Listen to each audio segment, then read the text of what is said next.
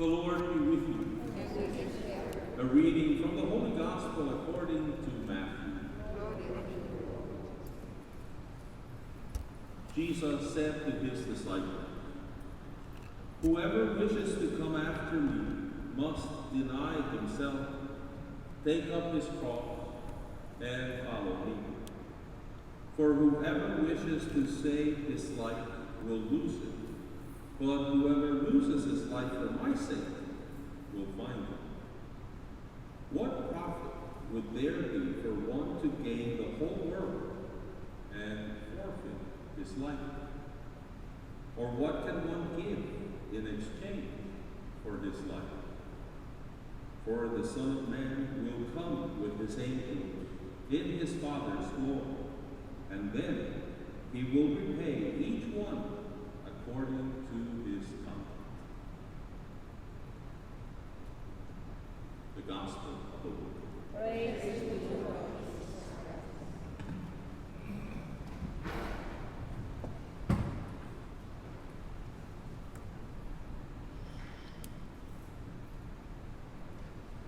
Today we celebrate the beautiful priest of the wounds, El Padre de las Llagas, because we remember especially in the liturgy that San Padre Pio was given the great blessing of the Estigmata. And as I bow before the altar and the relics of this great saint, we're reminded of how we're called to imitate Jesus, to be like Jesus, to live the life of Jesus Christ. It's good to see you all. You look good. And we're happy to be able to celebrate this beautiful day as we, in a way, the church reminds us that relics are part of the saint that we celebrate. So we know that Saint Pietrelcina is in heaven. He's a canonized saint, but the relics kind of help us to be in touch, in connection with him. And it's not only to be in some way physically connected, because the relics that we have here, they are first-class relics, so they are either part of his body, part of his very being, or very closely connected to his body person, but also we're called to be close to his legacy, to what he left, to what he taught us. What can we learn from him? And I was thinking, the world has changed so much. I was thinking this morning in my prayer, when I was 10 years old, I could catch the bus right in the corner of my neighborhood and pay 25 cents a quarter into the slot, and the bus would take me about probably 15, 20 minutes to the local YMCA, where I would spend the rest of the day playing basketball. And then at the end of the day, I would catch the bus back and come home.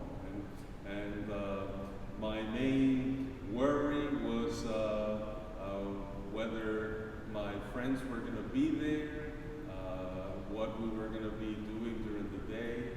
If it was a Saturday, we would go to the baseball game and come back to the neighborhood and spend the rest of the day playing baseball outside by the neighborhood. And basically, we always had a plate of food prepared by my mother. We could eat, and the house was an open house. People could come in and out the house whenever they wanted, and the neighborhood felt like that. And I was thinking to myself, where is that today? That doesn't happen today. First of all, you wouldn't let a 10-year-old kid take a bus to a local YMCA because he may not ever make it, not there or back. And certainly we know all the struggles with family life. It seemed that people live inside their homes and nobody knows who lives next door. So it's a very, very different world. And I wonder if the recipe for today is better than our grandmother's recipe for many years ago. And I would be afraid to say that, yes, that we have a better recipe. You know, we, ministering as a priest many times, and I just did a few days ago, ministering to young people, you know, everything that we're living affects everybody. And you have young people, healthy, military people, you know, that should be strong. And you see still a lot of people so affected by what we're going through today. They always want to be going to the clinic. They always want to be going to the doctor. They always have something wrong with them. And I was thinking to myself, we never grew up like that. You know, I don't remember that in my life. So things perhaps have changed, not for the better, but for the worse. That's not the way we're supposed to live. And you may be wondering, where's Father going with this? Well, let me tell you. I think when we look at the life of St. Pio, of Pietrelcina, one of the things that we can maybe get from the Mass today is he's calling us to the simplicity of the Christian life. Not only because he was a simple person, he was a Capuchin. So he was following in the footsteps of St. Francis of Assisi. So he lived humility in his own life.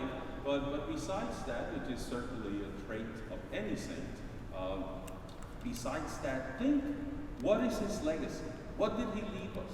Because everybody was the stigmata. He had the wounds of Christ. Yeah, that attracted people to him and certainly helped him to attract great crowds, mainly curious people, people that wanted to see what was that all about. But certainly it was an instrument, a tool that the Lord used to attract people to him. And we know people came from all over the world to see him, to go to his Mass, to listen to him, to go to confession with him. So we know that helped him in his ministry.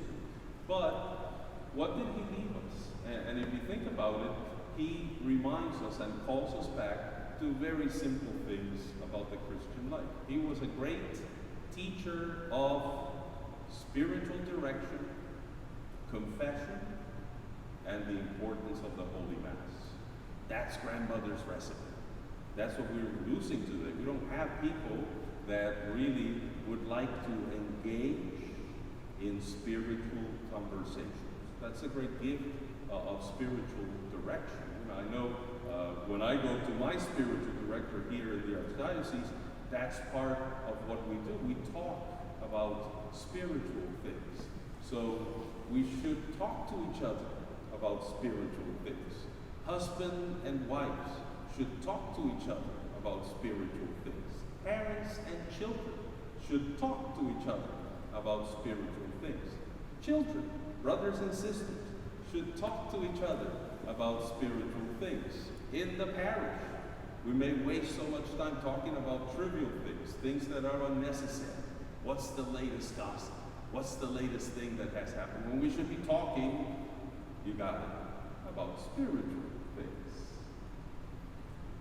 And St. Pio taught us about the importance of spiritual direction. That's what it is. You know, spiritual direction is having soulmates, people that we can share our souls with, that we can talk about spiritual things. And it has to begin with the people that we have around every day. If you cannot do that with the people that you see every day, there's something missing. There's something that should be there. And you should challenge yourself to do that. And we should encourage from a very, very young age, because children are very receptive to this. The problem is that we don't teach them. We don't tell them. And that is so important. And then kind of like the natural offshoot of that is confession. I know personally, because I'm by myself here, when you're in a house with several priests, then, you know, you can go to confession more regularly, but certainly when I go to spiritual direction, or when we have a penance service, or when other priests come to the parish, it's a great opportunity to go to confession. The natural offshoot of spiritual direction is confession. You have just been talking about spiritual things. The next step is to talk about your shortcomings and things that didn't work like you want. And St. Pio was a great teacher of confession. He spent many, many, many hours just listening to the people that came, that flocked to him for confession. There's one little caveat, because he had the gift of reading hearts. So if you went to confession to Padre Pio, he may already have known what you were going to confess. That's kind of scary, don't you think? But you know, it's a great image of God, because when you show up to God, he knows everything, so you can't hide anything from him. And actually, hiding a sin would be not a good confession. I remember Monsignor Elmo Romagosa. Anybody remember Monsignor Elmo Romagosa? Yeah, Monsignor Romagosa, he was a great priest, a good friend. We spent a lot of time together. He had a little house in Mississippi. Once in a while, I would go with him. And one of his stories was when he used to teach children about confession. He would teach the children about confession, and he would have a bunch of children getting ready for First Communion. And then he would ask the children, "Children, if you have 5 sins, and you confess 5 sins, how many sins are forgiven?" And of course, the children would very readily answer, 5. Good. Then he would say, "Now children, if you have 5 sins, and you confess 3 of them, how many sins are forgiven?" And of course, the children, using their logic, they would say, 3. And he would say, "Wrong! No sin would be forgiven. None." And the poor kids, they were with their eyes open like that, because they were hearing this for the first time. But basically what he was saying, you know, a good confession is a complete confession. You cannot hide your sins. And with Padre Pio, you couldn't hide your sins. Actually, many people reported that actually he would know what they were going to say before they would say it. And he had that great gift of making and helping people make a good confession. Another good recipe. And finally, of course, we have the great gift of the Eucharist. And you know, if we think of the legacy of Padre Pio, think spiritual direction, think confession, but also think the way he looked at the Eucharist. When he celebrated the Eucharist, you know, it brought people to really understand and believe what was happening here. It was almost like he was in this battlefield, in this place where he was totally consumed by what was happening. And sometimes, you know, like today, I think, and I'm not judging anybody, but a lot of times we have, and I'm already guilty of it because I'm already probably talking a lot if we have to leave at some point this morning. But you have a lot of priests that maybe spend 30 minutes preaching and 3 minutes consecrating. There's something wrong with that. I mean, the Mass is the consecration. This is the main thing we do. So you don't come here to listen to me. That's not what we're about. The Holy Mass is the sacrifice of Jesus Christ. And a lot of times we take a long time to preach and very little time to consecrate. And you don't have to exaggerate, but Father Pio, he certainly was the other way. His preaching was probably very short, and sometimes it would be like half hour or more just to get through the consecration, because he was totally immersed in what was happening. And it was the very sacrifice of Jesus in Calvary. We don't kill Jesus over and over again every time we say the Mass, but we are transported. We leave this place and we're placed in Calvary. We're right where this unique, once for all sacrifice took place. And that's what's going on the altar.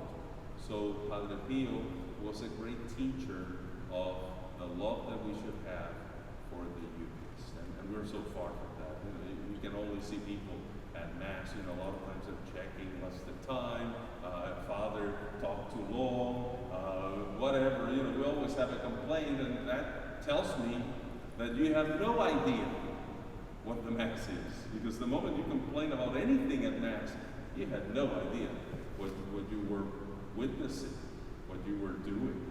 And that's a sad thing. See, we've lost all that. And today, as we celebrate this beautiful saint, remember today is really the day that he entered into heaven. In 1968, a day like today, he passed away. It's the day that he died. And as Christians, usually we celebrate the feast day of a saint the day that that saint died, because that's their entrance into heaven. And as they leave us, what do they leave? They leave with us their teaching. They leave with us their example. They leave with us what we can learn from them. So even today, as we honor and venerate his relics, let us remember that more important than his relics is to embrace what he left us.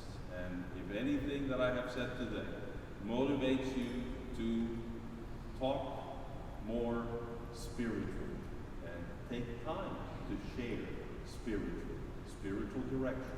If anything I have said today leads you more to confession, at least once a month, maybe even more regularly. And if anything that I have said leads you to a greater love of the Eucharist, we certainly can thank Padre Pio for those great examples that he has left us with. May this day be a day dedicated to deepening our spiritual life and asking this great saint to help us in our journey as we continue to move to where he is, as is our goal, is our desire to be also not only with God, but with all those brothers and sisters like Padre Pio that have preceded us and given us great examples